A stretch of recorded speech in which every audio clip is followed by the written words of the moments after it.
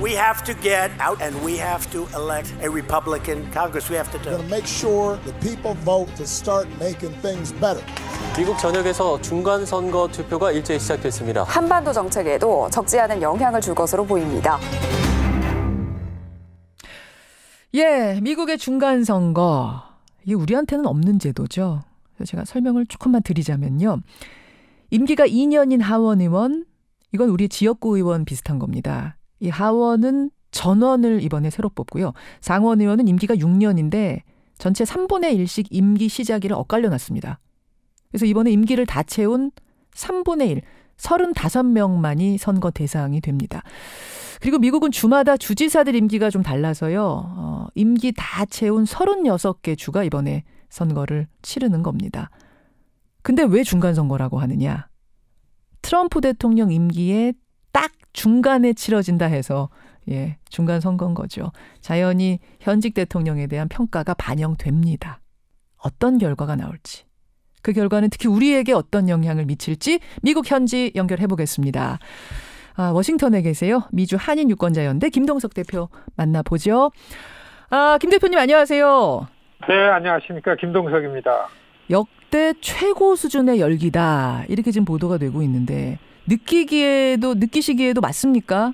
예, 그렇습니다. 지금 미국 모든 매체가 이건 너무 이상하다. 이 중간선거 투표율이 이럴 수 있는가. 미국에서는 조기 투표를 하게 되거든요. 우리의 사전투표 같은 대학의 거군요. 캠퍼스에서 사전투표죠. 그렇죠. 예, 이 조기 투표에 벌써 몰린 사람들이 예년 중간선거에 비해서 벌써 150% 이렇게 되니까요. 이 중간선거 열기에 대해서 전문가들이 굉장히 당황하고 있을 정도입니다. 아니, 이유가 뭐예요? 왜 이번 중간선거가 유독 이렇게 열기가 뜨겁습니까?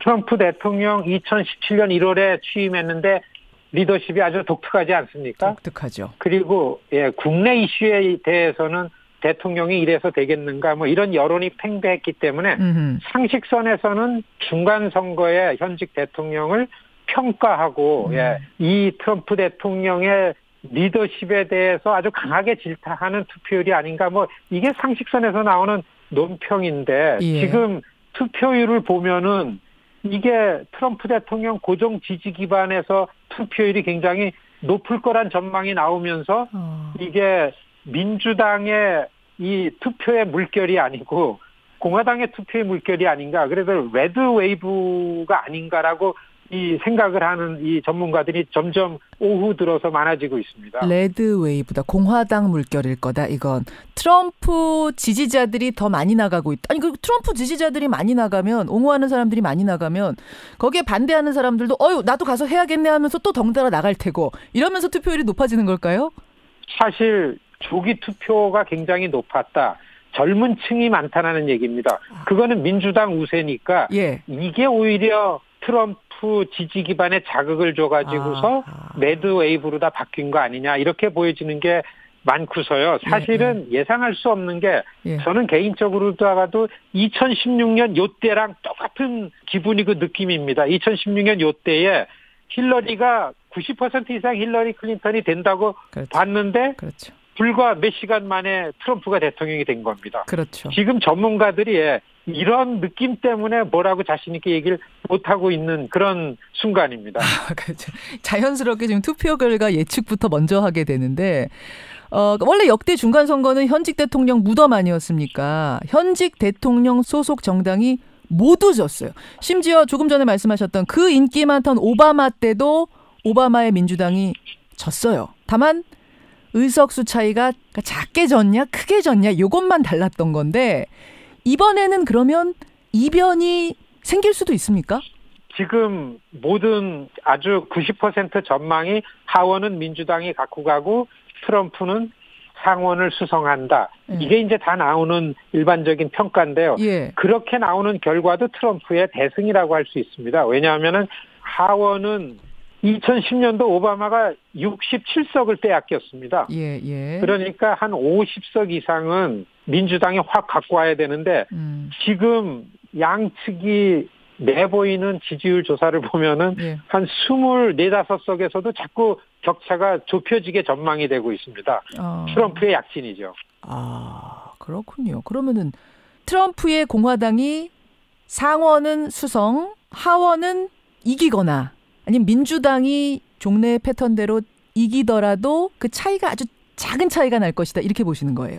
그렇습니다. 이게 지금 판세 정도 내준다 하더라도 트럼프 대통령이 크게 이기는 거다. 이렇게 보는 게 맞다고 봅니다. 그렇기 때문에 트럼프 대통령의 국정 운영은 훨씬 자신감을 갖게 될 거다. 이렇게 전문가들이 전망하고 있습니다. 이번에도 그러니까 샤이 트럼프들, 샤이 공화당들, 샤이 유권자들이 있다는 얘기네요.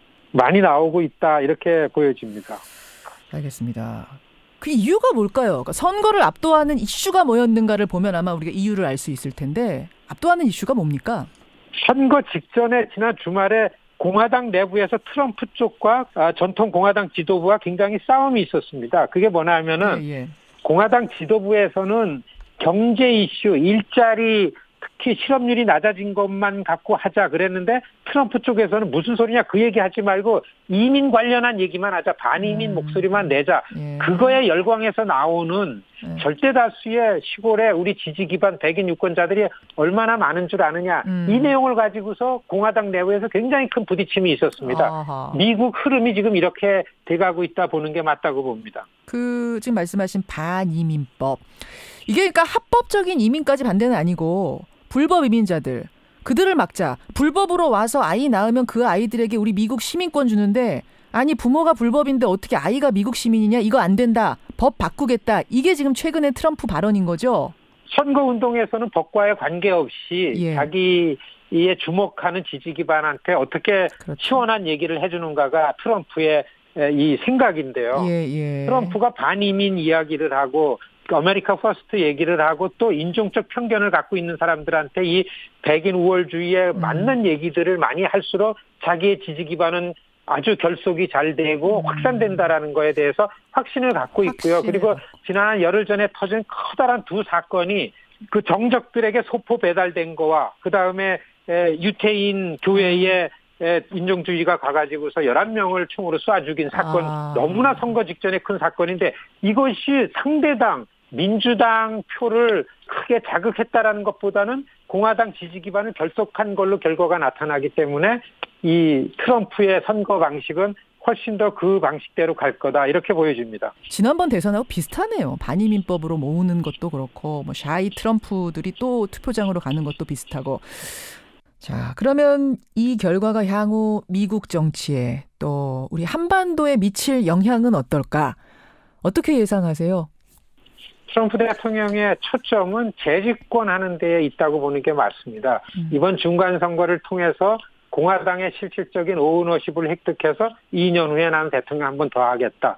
분명한 거는 이번 중간선거 중에 나타난 거는 트럼프가 이전에 대통령이 될 때에 내놨던 미 국내 이슈 중에서 미국 우선주의라든지 백인 민족주의, 백인 우월주의죠. 그다음에는 반이민 문제라든지 이 무역 정책에 있어서 미국 우선주의 같은 것들은 훨씬 더 강하게 간다고 보기 때문에 이번 중간 선거 결과에 따라서 미국 내에 있어서의 소수계들의 형편은 훨씬 더 어렵게 되고 대도시에서 트럼프에 저항하는 힘은 훨씬 더 강해질 거다 이렇게 보여지고서요. 그리고 지금 중간 선거 전에 나타난 객관적인 현상은 트럼프 대통령이 국제사회에 나가서 무역 정책에 대해서 미국의 이익을 강조한 거는 일반적인 유권자들한테 다 잘 어필했다고 보는 게 맞습니다. 그렇기 때문에 트럼프 대통령이 훨씬 더 자신 있게 그렇게 강하게 추진할 거다 이렇게 전망하는 게 맞다고 봅니다. 대북 정책, 이 한반도 정책은 뭐 이 기조대로 갈 거라고 보시는 거고요.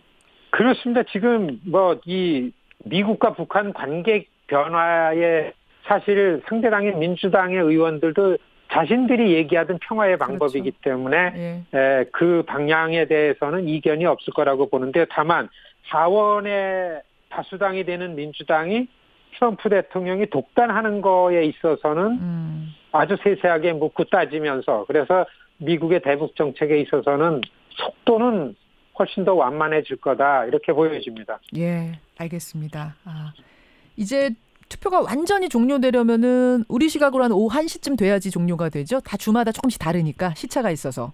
그렇습니다. 지금 제일 먼저 종료되는 곳이 인디애나주와 캔사스주입니다. 왜냐하면 6시에 끝나기 때문에 가장 동쪽에 있는 주라고 해도 뉴욕은 8시에 끝나기 때문에 그렇게 시작해서 아마 이 한국 시간으로는 12시가 좀 넘으면서 종료가 되고 한 오후 2, 3시 되면은 투표 결과가 나오겠다. 이렇게 보여집니다. 예, 지켜보죠. 고맙습니다.